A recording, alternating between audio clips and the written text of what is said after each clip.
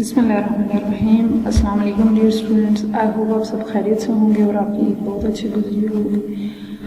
Welcome to another lecture of software engineering management and leadership. आज के lecture start करने से पहले, क्योंकि ये हमारी आफ्टर मिड टर्म पहली क्लास है, मिड टर्म की वजह से भी और ईद ब्रेक की वजह से भी काफ़ी गैप आ चुका है। हमने मिड टर्म का भी जितना वीक था उसमें हम लोग क्लासेस नहीं ले सके ताकि आप पे ज़्यादा बर्डन ना हो, और फिर ईद हॉलीडेज़ आ गई। तो हम लोग आज का लेक्चर स्टार्ट करने से पहले एक ओवरऑल रिकैप ले लेते हैं कि डे फर्स्ट से अभी तक हम लोगों ने क्या क्या पढ़ा, क्योंकि सब कॉन्टीन्यूटी है ना, हर चीज़ पिछली चीज़ से कनेक्टेड है। तो एक सीक्वेंस में हम सब चीज़ें पढ़ रहे हैं। तो अभी तक देख लेते हैं कि पीछे हम लोग क्या कुछ पढ़ चुके हैं सॉफ्टवेयर इंजीनियरिंग मैनेजमेंट के अंदर।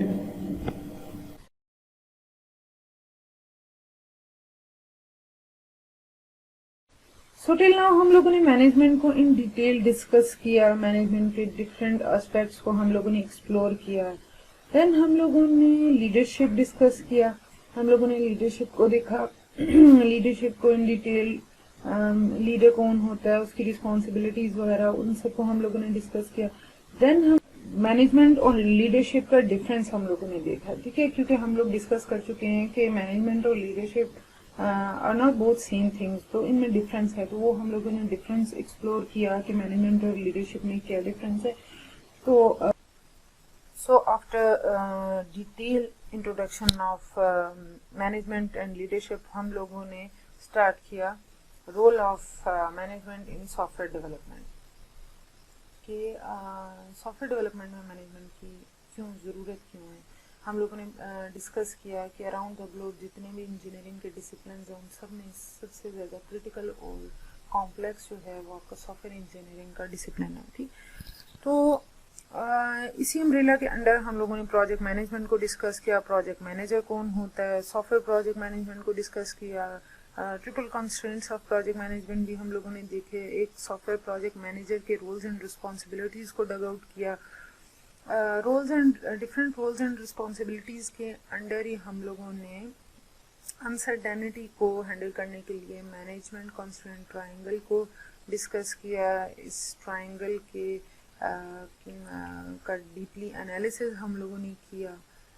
So after this detail introductory session हम लोगों ने सॉफ्टवेयर इंजीनियरिंग मैनेजमेंट को स्टार्ट किया, ठीक है। हम लोगों ने सॉफ्टवेयर इंजीनियरिंग मैनेजमेंट में हम लोगों ने सबसे पहले डिस्कस किया कि why software engineering is the most challenging, critical, most difficult, most complex discipline around all the other engineering disciplines.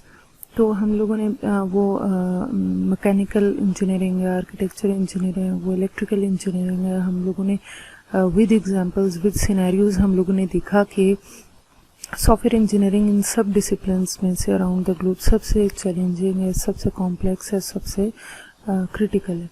सो जब हम लोगों ने चैलेंजेस को देख लिया तो फिर हम लोगों ने फिगर आउट कर लिया कि yes there is a need for management in software engineering discipline, ठीक।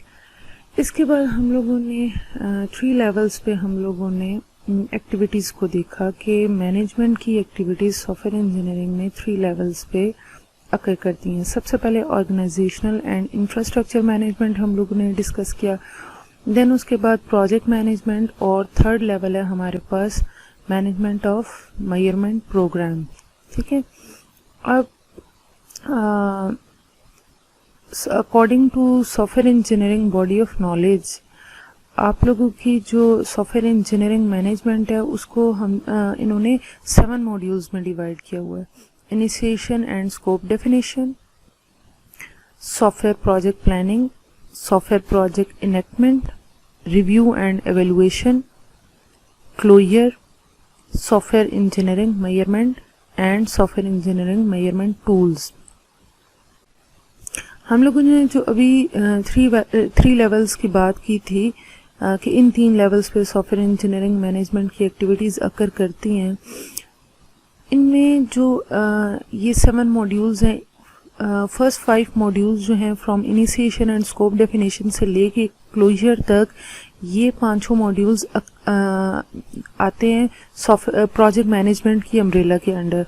और last two software engineering measurement and software engineering measurement tools जो हैं ये हमारी थर्ड लेवल के अंडर, जो हम लोगों ने थर्ड लेवल डिस्कस किया था मैनेजमेंट ऑफ मेजरमेंट प्रोग्राम्स की अम्ब्रेला के अंडर ये दोनों मॉड्यूल्स आते हैं। अच्छा, इसके बाद हम लोगों ने फर्स्ट मॉड्यूल से स्टार्ट लिया था। फर्स्ट मॉड्यूल को हम लोगों ने इन डिटेल एक्सप्लोर किया। That was initiation and scope definition. हम लोगों ने इसको डिटेल में डिस्कस किया। हम लोगों ने इसमें डिस्कस किया determination and negotiation of requirements हम लोगों ने देखा। फिर हम लोगों ने feasibility analysis in detail discuss किया। हम लोगों ने देखा कि to check the affordability, acceptability and possibility हम लोग कैसे फिजिबिलिटी स्टडी कंडक्ट करते हैं। फिजिबिलिटी एनालिसिस के डिफरेंट एस्पेक्ट्स को हम लोगों ने देखा। हम लोगों ने different types of feasibility studies हम लोगों ने देखी। फिर हम लोगों ने एक्सप्लोर किया कि किस टाइम पे फिजिबिलिटी स्टडी कंडक्ट करना ज़्यादा सूटेबल है, ज़्यादा उससे हम बेनिफिट ले सकते हैं। देन हम लोगों ने स्टडी किया process for review and revision of requirements, क्योंकि हम लोगों ने शुरू से हम बात करते आ रहे हैं। जब हम लोगों ने सॉफ्टवेयर इंजीनियरिंग के चैलेंजेस की बात की, सॉफ्टवेयर डेवलपमेंट के चैलेंजेस की बात की, तो हम लोगों ने कहा कि we can't mark a full stop on requirements. हम लोगों के रिक्वायरमेंट्स में चेंज आएगा।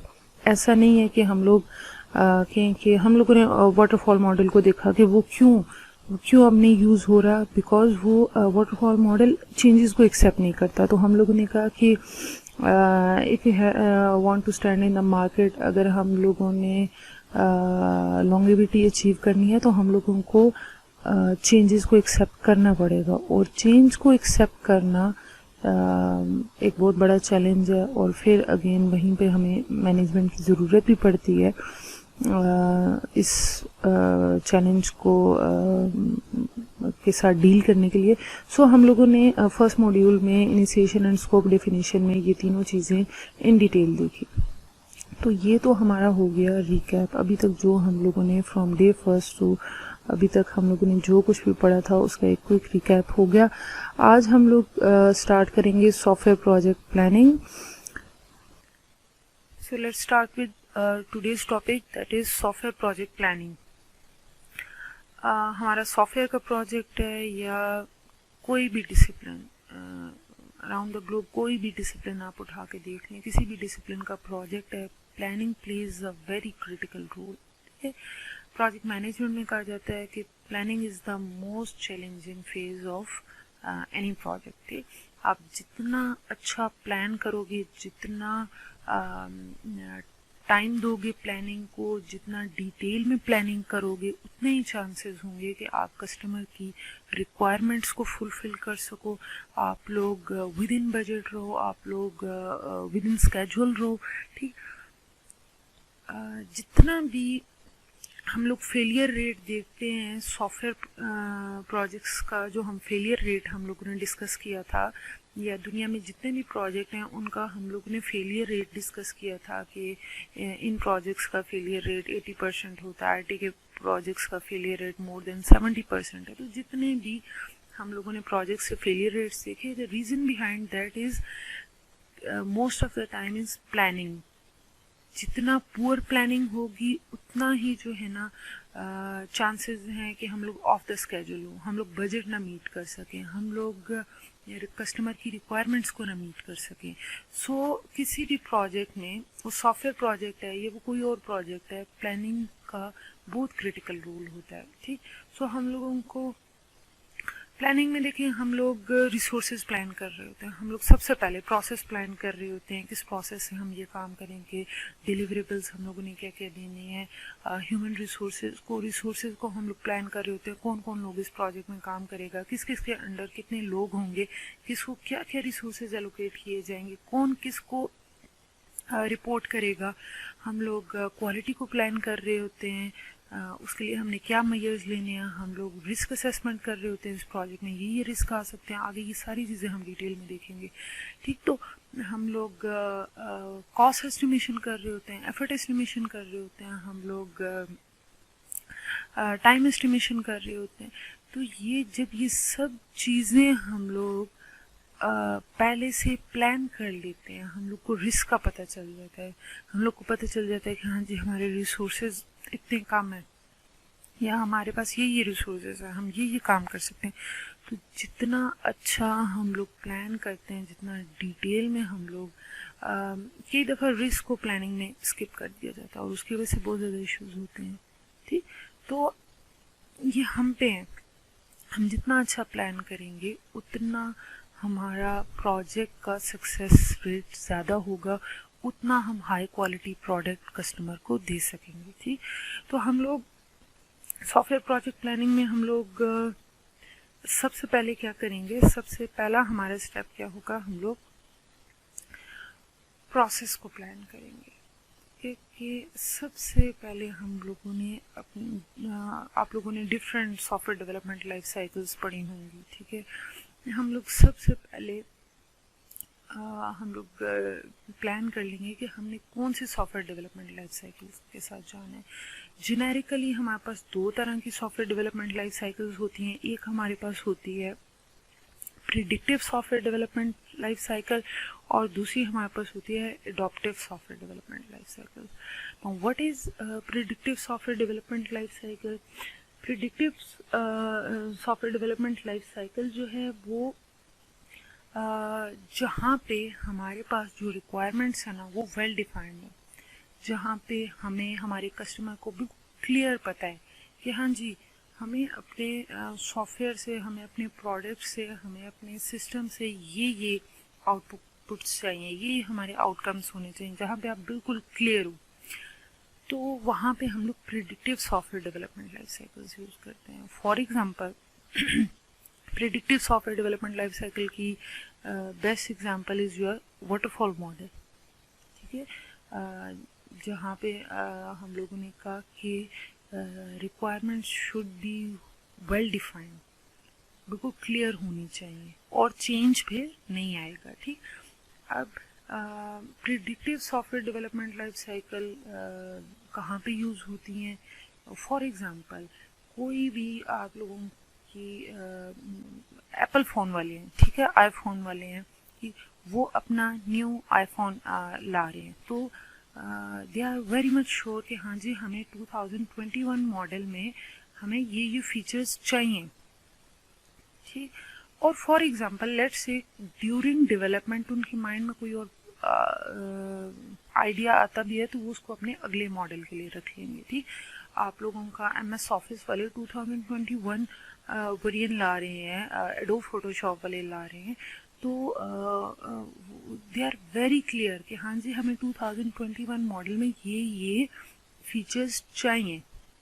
ठीक हो गया। और अगेन वही कि अगर ड्यूरिंग डेवलपमेंट कोई और आइडिया आता है तो वो अपनी विश लिस्ट में रख लेंगे। ये चीज़ें भी हमने विश लिस्ट और ये सारी चीज़ें हम लोगों ने डिस्कस की हुई हैं। ठीक, तो ये हमारी predictive software development life cycle होती है जिसमें हम लोगों को रिक्वायरमेंट्स बिल्कुल क्लियर होती है, वेल डिफाइंड होती है, कोई एम्बिग्विटी नहीं होती है। ठीक है, adaptive software development life cycle क्या होती है? जहाँ पे रिक्वायरमेंट्स वेल डिफाइंड नहीं होती, मोस्ट ऑफ द टाइम आपके कस्टमर को आइडिया ही नहीं होता कि उसने क्या बनवाना है। ठीक है, हमने पहले भी सॉफ्टवेयर डेवलपमेंट में भी इस तरह की एग्जांपल्स को डिस्कस किया था कि मोस्ट ऑफ द टाइम आपके पास कस्टमर आता है कि जी मैंने फ़लाँ जगह पे फ़लाँ सिस्टम पे ऐसा सॉफ्टवेयर देखा है, मुझे भी मेरी कंपनी के लिए बना दे। मैंने अपने दोस्त के स्कूल में ऐसा स्कूल मैनेजमेंट सिस्टम देखा है, मुझे भी मेरे स्कूल के लिए बना दे।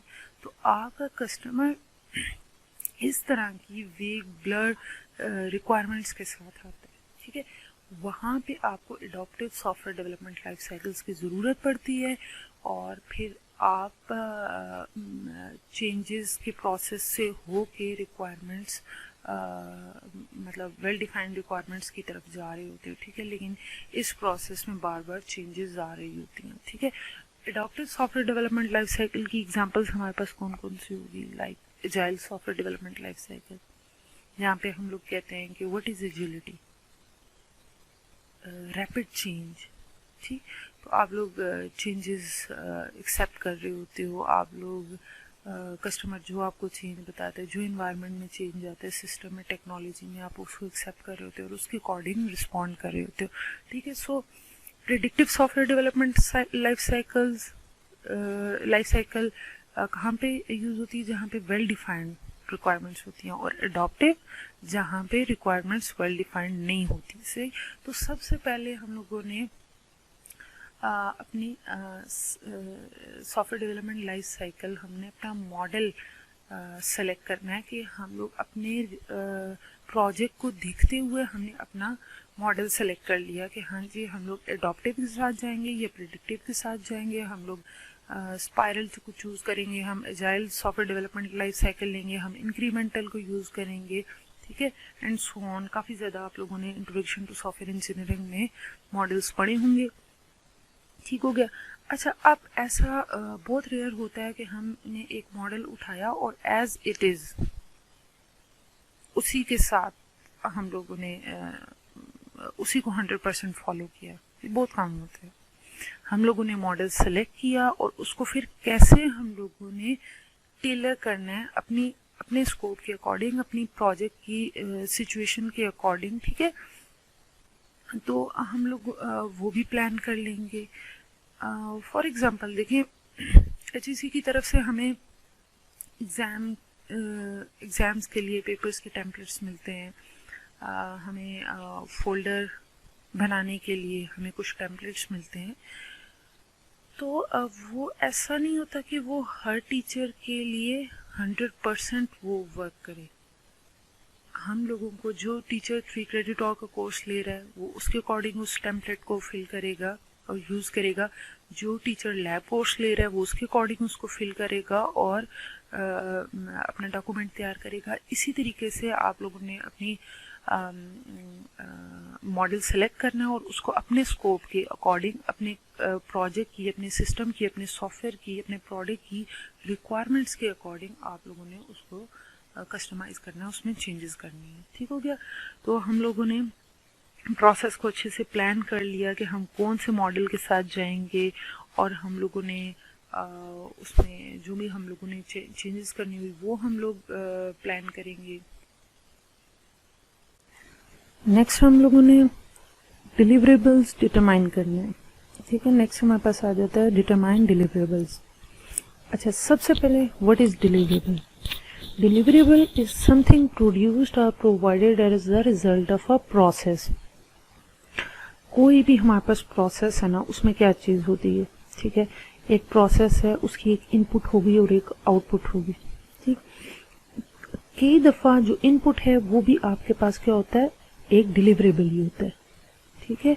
और उसके ऊपर, इनपुट के ऊपर प्रोसेस हुआ और वो जो चीज आउटपुट प्रोड्यूस करता है, वो प्रोडक्ट है, वो सर्विस है, वो आपका क्या है, डिलीवरेबल है। इसी तरह सॉफ्टवेयर डेवलपमेंट लाइफ साइकिल की बात करें, क्योंकि हम लोग सॉफ्टवेयर प्रोजेक्ट प्लानिंग पढ़ रहे हैं, हम कोई सॉफ्टवेयर डेवलप कर रहे हैं, कोई सिस्टम डेवलप कर रहे हैं, ठीक।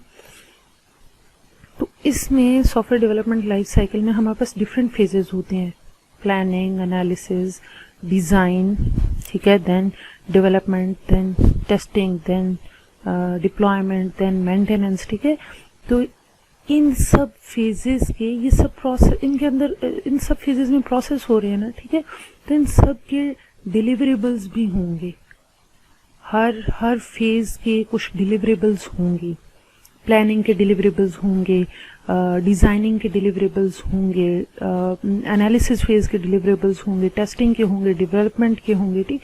तो वो सब डिलीवरेबल्स हमने यहाँ पे डिटरमाइन करने के कौन कौन से डिलीवरेबल्स होंगे। अच्छा, तो अभी हमें पता चल गया कि व्हाट इज डिलीवरेबल, ठीक।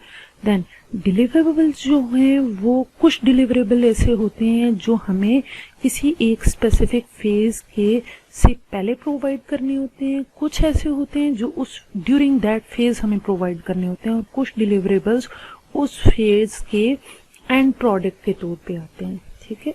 तो कुछ डिलीवरेबल्स बिफोर दैट फेज हमें चाहिए होते हैं उस फेज को स्टार्ट करने के लिए। जैसे मैंने पहले कहा कि इनपुट भी किसी प्रोसेस की भी जो इनपुट है ना, वो भी किसी और प्रोसेस का डिलीवरेबल होगा, ठीक।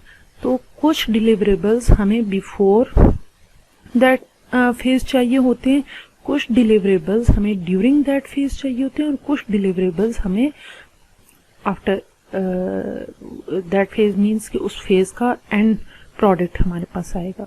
अच्छा, फॉर एग्जांपल हम लोगों ने कहा डिफरेंट फेजेस होते हैं, planning, analysis, designing, development, testing. Testing को ले लेते हैं, ठीक। टेस्ट फेज है तो टेस्ट फेज के क्या क्या डिलीवरेबल्स होंगे?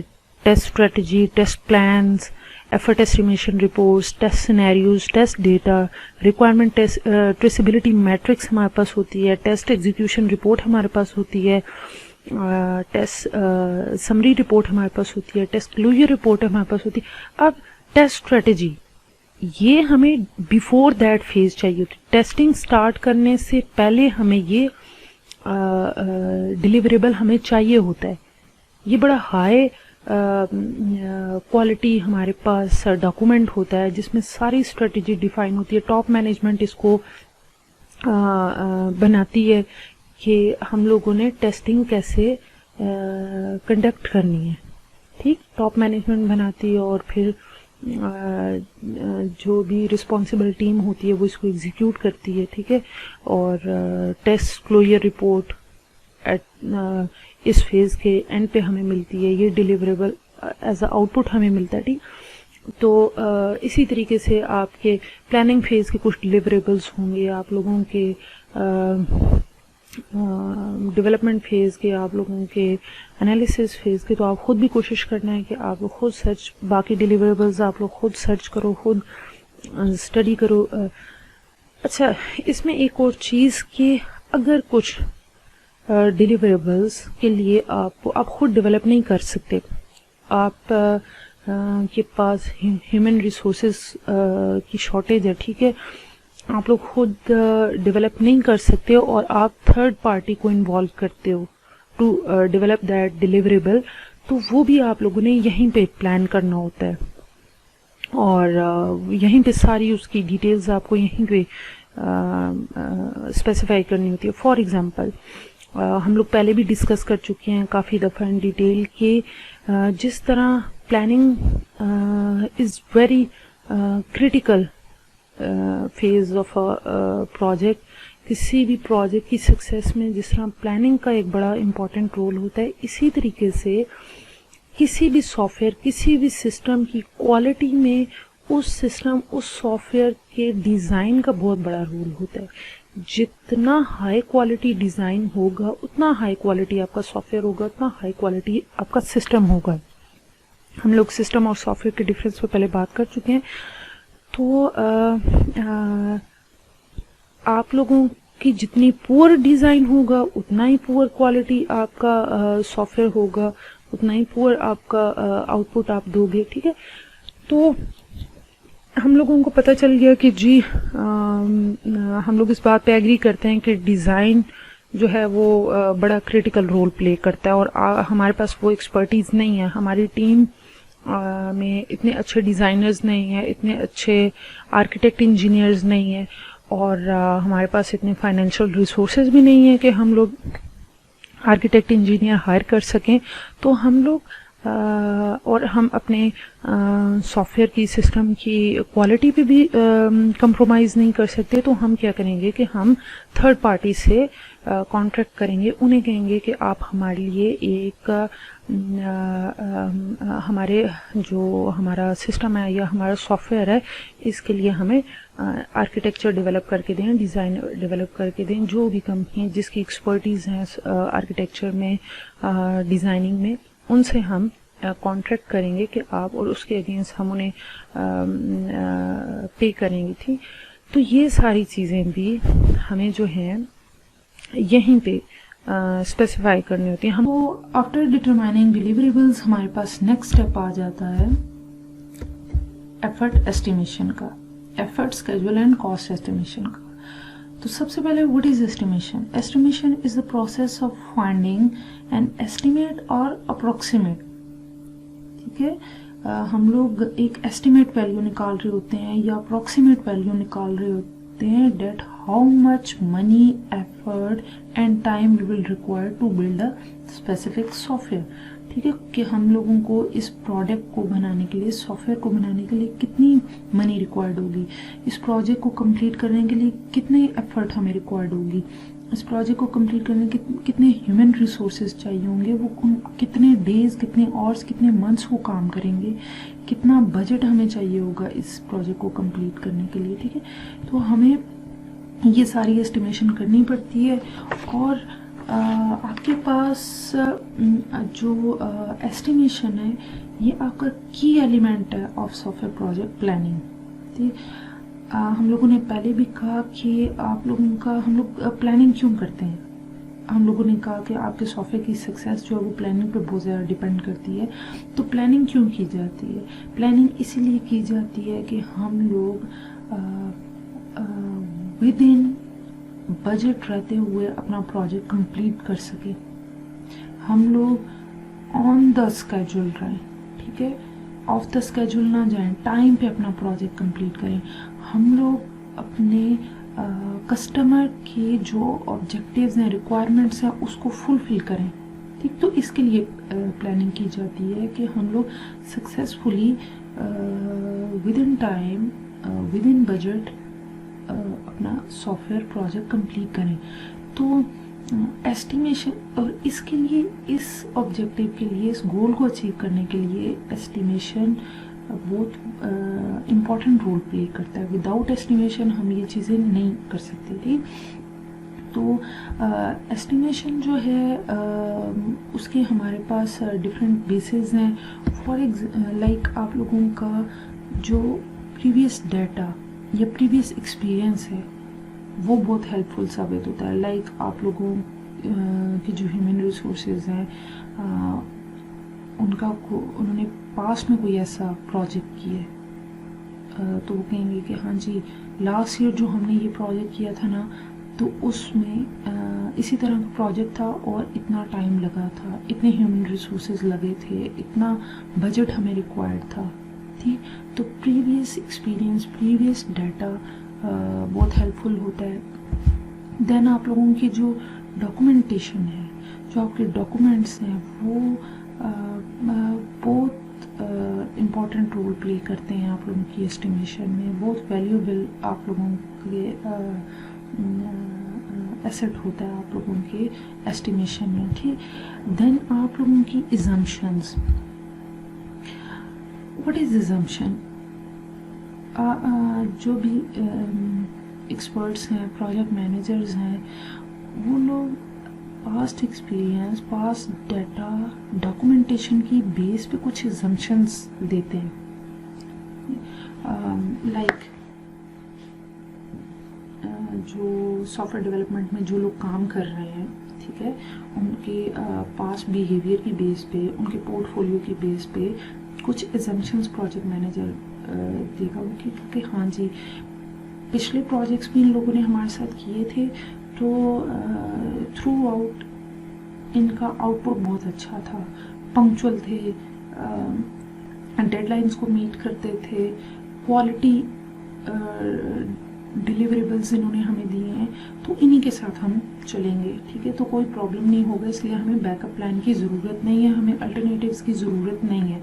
तो ये आपके प्रोजेक्ट मैनेजर की assumption थी। But remember that her assumption के साथ रिस्क भी इन्वॉल्व होते हैं। तो assumptions पे आपका कंट्रोल नहीं होता। आप लोगों ने कहा कि ऐसा हो सकता है, आपने कहा कल बारिश नहीं होगी, तो हम लोग ये एक्टिविटी प्लान करते हैं, लेकिन रिस्क क्या है, हो भी सकती है। assumption पे आपका कंट्रोल नहीं होता। इसी तरह आपके प्रोजेक्ट मैनेजर ने कहा कि ये डेवलपर, ये डिज़ाइनर, ये आर्किटेक्ट, इंजीनियर, ये लोग प्रीवियस एक्सपीरियंस इनके साथ बड़ा अच्छा रहा है, तो ये लोग बहुत अच्छा काम करेंगे और हम इन्हीं के साथ प्रोजेक्ट करेंगे। या इस सप्लायर ने हमें बड़ा अच्छा इक्विपमेंट दिया था, डेडलाइंस को मीट की थी, हाई क्वालिटी प्रोडक्ट्स हमें दिए हैं, तो हम इसी सप्लायर के साथ जाएंगे। ये आपकी assumption थी, लेकिन इसके साथ रिस्क भी है। हो सकता है इस दफ़ा वो वैसा काम ना करें, ठीक है, हो सकता है वो इस दफ़ा डेडलाइंस ना मीट करें, हो सकता है वो इस दफ़ा क्वालिटी डिलीवरेबल्स ना दी, तो हर assumption के साथ रिस्क भी एसोसिएटेड होते हैं, तो उनको भी अगर हमने रिस्क को आइडेंटिफाई कर दिया तो वो भी एफर्ट एस्टिमेशन में, कॉस्ट एस्टिमेशन में, स्केड्यूल एस्टिमेशन में बहुत हेल्पफुल होते हैं। ठीक, अच्छा नेक्स्ट आपके पास हम लोगों ने बेसिस देख ली, एस्टिमेशन देख लिया क्या होता है। ठीक है, आप लोगों के पास एस्टिमेशन के 4 स्टेप्स होते हैं। नंबर 1, आप लोगों को सबसे पहले साइज एस्टिमेट करना पड़ता है। जो भी सॉफ्टवेयर सिस्टम प्रोडक्ट आप लोग डेवलप कर रहे होते हैं, आपने उसका साइज एस्टिमेट करना होता है। हमारे पास डिफरेंट मेजर्स हैं to estimate the size of a product. For example software projects के साइज को मेजर करने के लिए हमारे पास लाइन ऑफ कोड्स आप लोग मेजर कर लेते हो कि कितने लाइन ऑफ सोर्स कोड्स आपको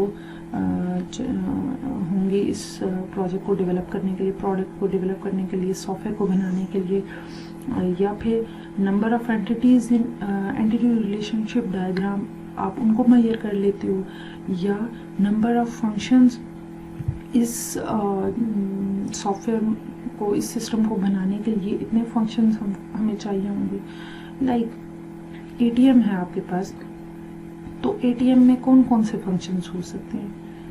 आप लोगों की fund transfer, cash withdrawal, online payments, ठीक है, आपकी बैलेंस इंक्वायरी, डिफरेंट फंक्शंस आ गए ना एटीएम के। तो आप लोग अपने प्रोडक्ट की एस्टिमेशन कर लेते हो, साइज एस्टिमेशन की, उसका साइज क्या है उसको फिर आप लाइन ऑफ कोड्स में भी कर सकते हो, आप उसको एंटिटीज़ की बेस पे भी मेजर कर सकते हो, आप उसको फंक्शंस की बेस पे भी आप लोग उसका साइज मेजर कर सकते हो। फिर आप लोग क्या करते हैं कि आप लोग एफर्ट्स इन पर्सन आप लोग मेजर कर लेते हो। अब एफर्ट एस्टिमेशन में 2 चीज़ें आ जाती है कि कितने लोग चाहिए होंगे, कितने ह्यूमन रिसोर्सेज आपको चाहिए होंगे इस प्रोजेक्ट को डेवलप करने के लिए, प्रोडक्ट को डेवलप करने के लिए, इस प्रोजेक्ट को कंप्लीट करने के लिए कितने ह्यूमन रिसोर्सेज आपको चाहिए होंगे, और वो कितने मंथ्स या कितने आवर्स रिक्वायर्ड होंगे, कितने मंथ्स उन लोगों को लगेंगे, कितने आवर्स लोगों को लगेंगे उस प्रोजेक्ट को कंप्लीट करने के लिए। ठीक, देन उसके बाद हम लोग उस ऑब्वियसली साइज एस्टिमेट किया किसके लिए, कॉस्ट के लिए, एफर्ट एस्टिमेशन की किसके लिए, कॉस्ट के लिए। ठीक, अच्छा नहीं, वन थिंग मोर, हम लोग स्केड्यूल एस्टिमेट करेंगे। हम लोगों ने ऑन कैलेंडर देख लिया कि हाँ जी हमारा ये प्रोजेक्ट जो है ना ये 6 मंथ्स लेगा, हमारा ये प्रोजेक्ट जो है वो 1 साल लग जाएगा, 2 साल लगेंगे। अगेन वही कि डिपेंड करता है आपके प्रोजेक्ट की कॉम्प्लेक्सिटी के ऊपर, आपके प्रोजेक्ट के स्कोप के ऊपर, कितना कॉम्प्लेक्स है, कितना डाइवर्स है। ठीक, तो आप लोगों ने स्केड्यूल एस्टिमेट कर लिया कितना टाइम लगेगा। देन आप लोगों ने कॉस्ट एस्टिमेशन कर लिया, साइज मेजर इसीलिए किया, एफर्ट इसीलिए, टाइम इसीलिए, कॉस्ट के लिए कि इतना बजट हमें रिक्वायर्ड होगा इस प्रोजेक्ट को कंप्लीट करने के लिए। ठीक है, तो ये डिफरेंट स्टेप्स हम लोगों ने देख लिए कि हाँ जी हमारे सॉफ्टवेयर प्रोजेक्ट एस्टिमेशन में जो हमारे पास बेसिक स्टेप्स हैं, हम लोग सबसे पहले साइज एस्टिमेट कर लेते हैं, उसके बाद हम लोग एफर्ट्स एस्टिमेट करते हैं, स्केड्यूल एस्टिमेट करते हैं, और देन कॉस्ट एस्टिमेशन हम लोग कर लेते हैं। अच्छा, एस्टिमेशन कौन से टाइम पे हो रही होती है? ये बिल्कुल स्टार्ट में होती है प्रोजेक्ट के, जब हम प्लानिंग कर रहे होते हैं उस टाइम होती है? नहीं, ऐसा नहीं है कि एस्टिमेशन जो है वो वन टाइम टास्क नहीं है। ऐसा नहीं है कि हमने उसे ना प्रोजेक्ट लेते वक्त कर लिया, हमने एस्टिमेशन कर ली, जैसे हमने फिजिबिलिटी एनालिसिस में देखा था हम लोग एस्टिमेशन करते हैं।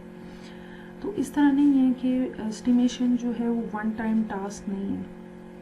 एस्टिमेशन डिफरेंट टाइम्स पे हो रही होती है। फॉर एग्जांपल हम लोग जब प्रोजेक्ट एक्वायर कर रहे होते हैं, एक्विजिशन के टाइम पे भी एस्टिमेशन हम लोग करते हैं। जैसे मैंने अभी पहले भी जिक्र किया कि फिजिबिलिटी स्टडी जब हम तैयार करते हैं तो उसमें भी एस्टिमेशन हो रही है। देन राइट नाउ जो हम सॉफ्टवेयर प्रोजेक्ट प्लानिंग पढ़ रहे हैं, प्रोजेक्ट प्लानिंग में भी एस्टिमेशन हम लोग कंडक्ट करते हैं। और जब भी कोई during execution of project, during development of project कोई नई रिक्वायरमेंट आती है, कोई चेंज आता है प्रोजेक्ट में, तो हमें एस्टिमेशन दोबारा से करनी पड़ती है। फॉर एग्जांपल आप लोगों का प्रोजेक्ट, आप लोगों ने प्रोजेक्ट एक्वायर करते वक्त एक्विजिशन के टाइम पे आप लोगों ने एस्टिमेशन की, आप लोगों ने प्लानिंग के टाइम पे एक्विजिशन की थी, आप लोगों ने बहुत अच्छी बहुत डिटेल एस्टिमेशन की। और लेकिन ड्यूरिंग डेवलपमेंट ऑफ प्रोजेक्ट कोई नई टेक्नोलॉजी आ गई, आप लोग जिस टाइम प्रोजेक्ट पे काम कर रहे थे उस टाइम 4G था, और क्योंकि आपका प्रोजेक्ट जो है वो काफ़ी लार्ज स्केल का था, तो ड्यूरिंग डेवलपमेंट 5G आ गया। अब जो है अब आपको उसके अकॉर्डिंग आपके कस्टमर की रिक्वायरमेंट है कि हाँ जी अब आपको 5G के अकॉर्डिंग चेंजेस करनी है, तो अब अब दोबारा से आपको एस्टिमेशन करनी होगी। एफर्ट, स्केड्यूल, कॉस्ट एस्टिमेशन आप लोगों को ये सब चीज़ें दोबारा करनी होगी। आप लोग एक और एग्जांपल लेते हैं, आप लोग कोई प्रोजेक्ट कर रहे थे तो आप लोगों का साइबर क्राइम जो है वो बहुत ज़्यादा इंक्रीज़ हो गई।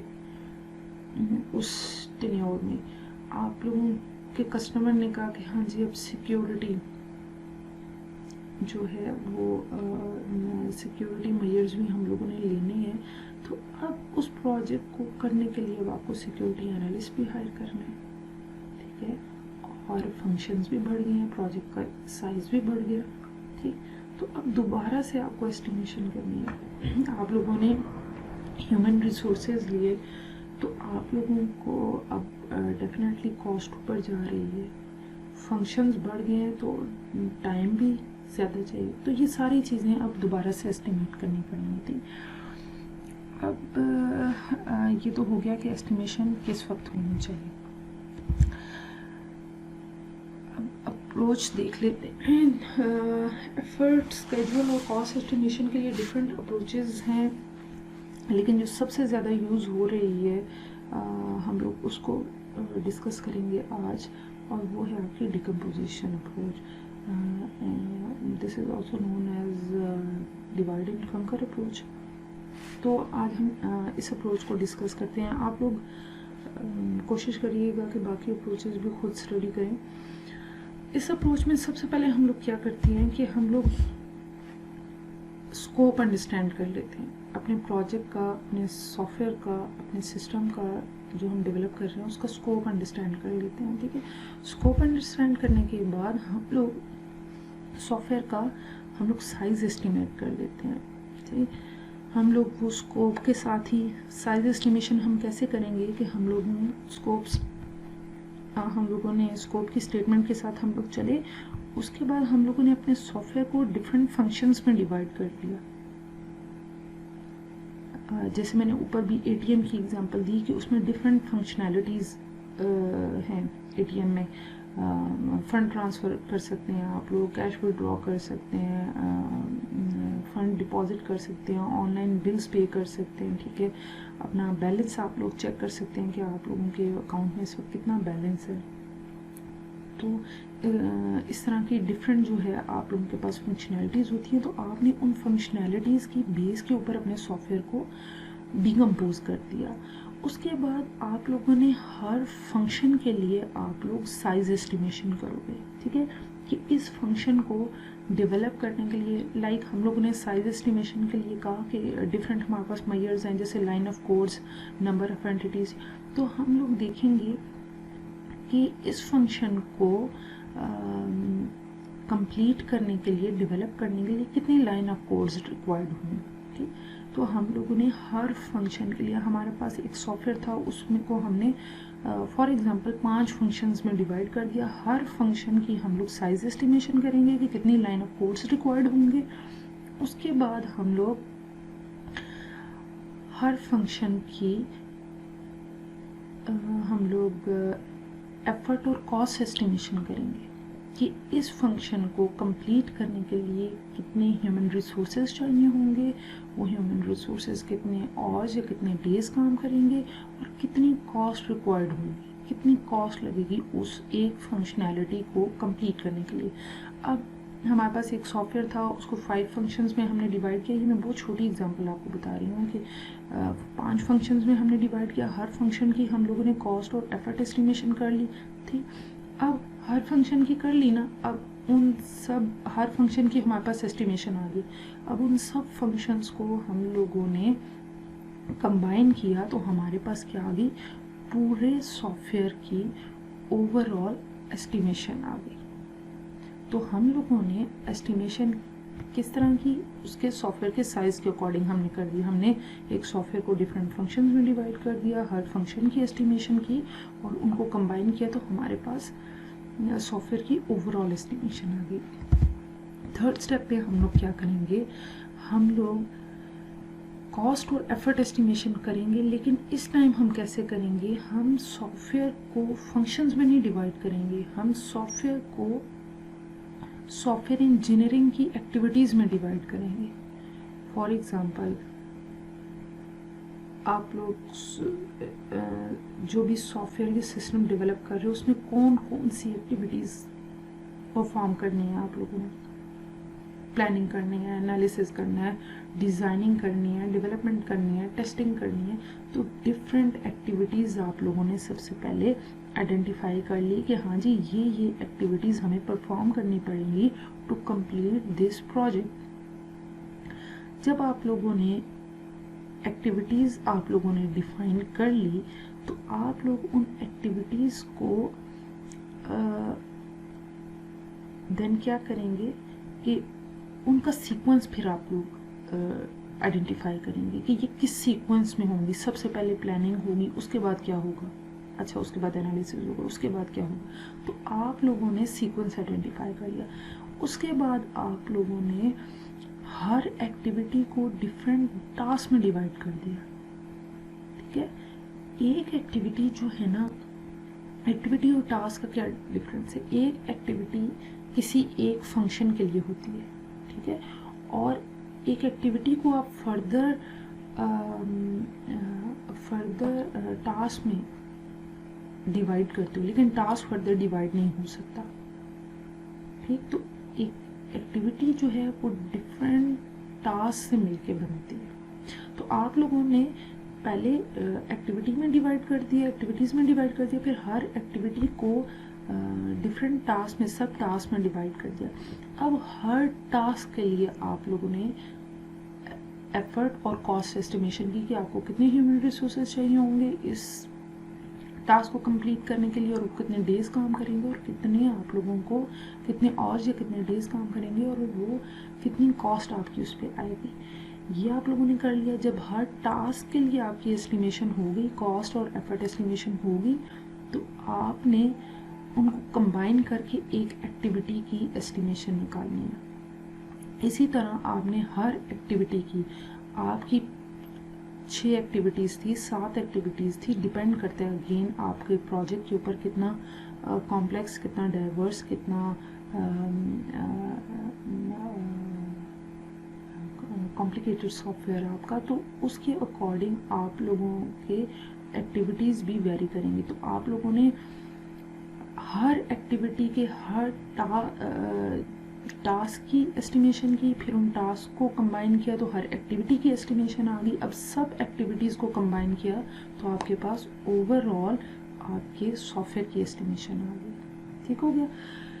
अब नेक्स्ट हम क्या करेंगे, नेक्स्ट स्टेप में क्या करेंगे कि हम लोग रिकंसाइल एस्टिमेशन, आप लोगों ने स्टेप 2 में और स्टेप 3 में जो एस्टिमेशन आप लोगों ने कैलकुलेट की थी, आप उन दोनों को कंपेयर करेंगे। अगर वो दोनों इक्वल आती हैं तो it means that your estimation is reliable, आप इसके साथ चल सकते हैं, आपने बिल्कुल ठीक एस्टिमेशन की है। And if there diverge, it means आपकी एस्टिमेशन रिलायबल नहीं है, आपने कहीं ना कहीं गलती की है। ठीक, तो अगर अब उसके डिफरेंट रीजंस हो सकते हैं, मे बी आप लोगों ने स्कोप को अच्छे से अंडरस्टैंड नहीं किया, उसमें कुछ गलतियां किया, आपने फंक्शंस को सही तरह डिवीजन नहीं किया, आपने एक्टिविटीज़ की सही तरह डिवीजन नहीं किया, आपने टास्क सही तरह से आइडेंटिफाई नहीं किए, आपका प्रीवियस जो डेटा था उसमें कोई इशू था। तो डिफरेंट रीजंस हो सकते हैं कि आपकी जो एस्टिमेशंस हैं वो डाइवर्ज कर रही हैं। ठीक, फिफ्थ में हम क्या करेंगे कि हम डाइवर्जेंस के जो कॉजेज़ हैं उनको आइडेंटिफाई करेंगे और रिकंसाइल करेंगे, दोबारा से एस्टिमेट्स करेंगे और रिकंसाइल करेंगे एस्टिमेट्स को। ठीक हो गया बच्चों, तो ये हमारा सॉफ्टवेयर प्रोजेक्ट प्लानिंग का थर्ड फेज़ भी कंप्लीट हो गया, जो था effort, schedule and cost estimation. इससे आगे हम इंशाल्लाह नेक्स्ट लेक्चर में देखेंगे। अभी इस मॉड्यूल के फर्दर स्टेप्स रहते हैं, हम लोगों ने रिसोर्स एलोकेशन पढ़नी है, रिस्क मैनेजमेंट पढ़नी है, क्वालिटी मैनेजमेंट पढ़नी है और इसके अलावा प्लान मैनेजमेंट हम लोगों ने पढ़नी है। ठीक हो गया, तो आज के लिए आई थिंक इतना काफ़ी है। अच्छा, मैंने पूरी कोशिश की है कि जिस तरह क्लास में हर चीज़ इन डिटेल आपको बताई जाती है उसी तरीके से आप लोगों को मैं गाइड करूँ, लेकिन इन केस अगर कोई चीज़ रह जाती है या कोई चीज़ समझ नहीं आती तो आप CR को एक ऑडियो मैसेज भेज सकते हैं कि मैम से पूछें और CR मुझसे कांटेक्ट करेगा और मैं आपको क्लियर कर दूँगी।